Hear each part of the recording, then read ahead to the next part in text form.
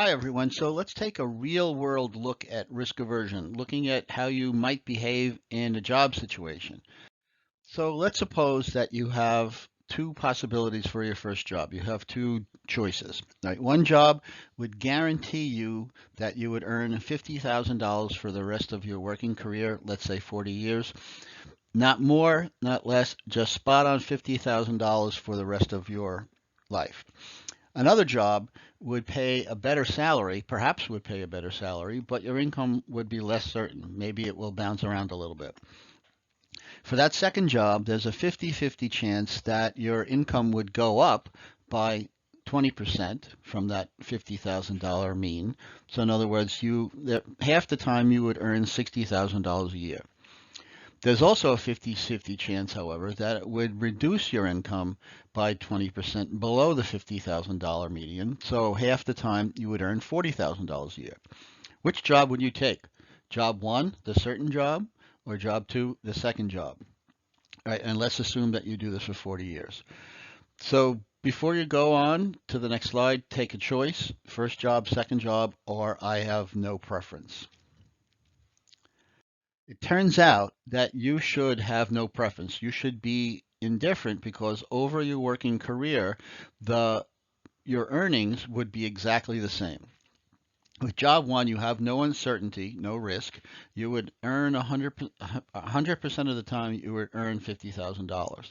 With job two, you would earn $60,000 half the time and $40,000 half the time. You would average out over your working career to that exact same amount, $50,000. We can look at this in expected values as well, right? So the probability of earning $50,000 in job one is 100%, so that's your expected value. For job two, the probability of you earning $60,000 is 50%, and the probability of earning $40,000 is also 50%.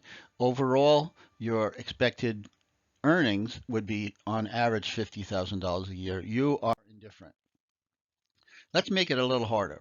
Let's suppose that job one is still the same, $50,000 each year for the rest of your life. Job two, however, 50% of the time your income would go up by $20,000 to $60,000. That's the same. But 50% of the time it would be reduced, not by 20%, but by only 10. So half the time you would earn $45,000. Which job would you take in this circumstance? Job one, job two, or I don't care? Take a look. I'll hold on for a second. Well, in this case, you should no longer be indifferent. The expected values for each job choice are not the same anymore, right? With job one, you have a 100% chance of earning $50,000 a year.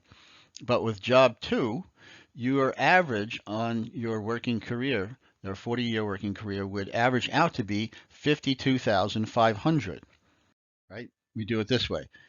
Job one, 100% probability of earning 50. Job two, 50% probability of earning 60 and 50% probability of earning 45. So on average during your career, you would average out $52,500 per year.